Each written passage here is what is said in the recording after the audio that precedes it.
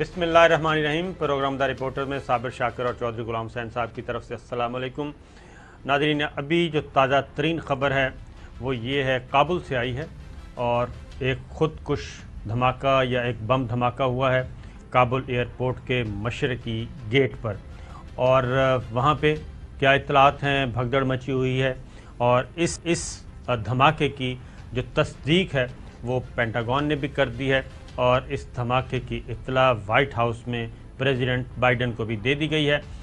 اس طرح کے دھماکوں کی اطلاعات مغربی ممالک بشمول امریکہ خود 2-3 دن سے دے رہا تھا کہ کسی بھی وقت وہاں پہ کوئی دہشت گردی کا واقعہ ہو سکتا ہے، اور اس سلسلے میں بہت سارے ممالک نے انخلا کا عمل ختم کر دیا تھا افغانستان سے افغانیوں کو لے جانے کا، اور اس میں اہم ممالک شامل تھے، ڈنمارک تھا، آسٹریلیا تھا، ہالینڈ تھا، اور ان سب ممالک نے پوسٹ پون کر دیا تھا، بلکہ ختم کر دیا تھا انخلا کا عمل کہ مزید کسی بھی افغانی کو نہیں لے جایا جائے گا۔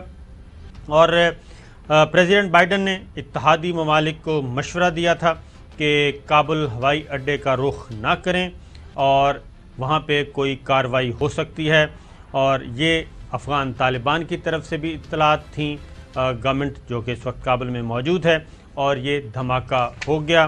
اب کیا سچویشن ہے کوشش کریں گے ہم جاننے کی، کیونکہ اس دھماکے کی اطلاع موصول ہو چکی ہے، تصدیق بھی ہو گئی ہے۔ تو گلفام صاحب ہیں جی ہمارے ساتھ۔ اختر گلفام، کیا اطلاعات ہیں تازہ ترین؟ شکریہ صابر۔ کابل ایئرپورٹ کے مشرقی گیٹ کے سامنے ایک زوردار دھماکہ ہوا ہے۔ انیشل رپورٹ یہی ہے کہ ایک زوردار دھماکہ ہوا ہے۔ اس دھماکے کی زد میں متعدد افراد جو ہے وہ زخمی ہوئے ہیں، اور وہاں پہ بھگدڑ مچی ہوئی ہے، ہوائی فائرنگ بھی کی جا رہی ہے امریکن فورسز اور نیٹو فورسز کی جانب سے۔ متعدد افغان شہری جو ہے وہ اس دھماکے کی زد میں آ کر زخمی ہوئے ہیں، جن کو فوری طور پر کابل کے جو نجی ہاسپٹلز ہیں، سرکاری اسپتال ہیں، ان میں منتقل کیا جا رہا ہے۔ ثابت تو اختر، یہ 2 دن سے اطلاعات آ رہی تھیں کہ اس طرح کی دہشت گردی کا واقعہ ہو سکتا ہے، داعش خراسان گروپ کر سکتا ہے، تو کیا کسی گروپ نے اب بھی تک کوئی ذمہ داری قبول کی ہے اس دھماکے کی؟ صابر، اٹس ٹو ارلی، ابھی تک کسی گروپ نے اس دھماکے کی جو ذمہ داری ہے وہ قبول نہیں کی ہے۔ تاہم زوردار دھماکہ ہوا ہے کابل ایئرپورٹ کے مشرقی گیٹ کے سامنے۔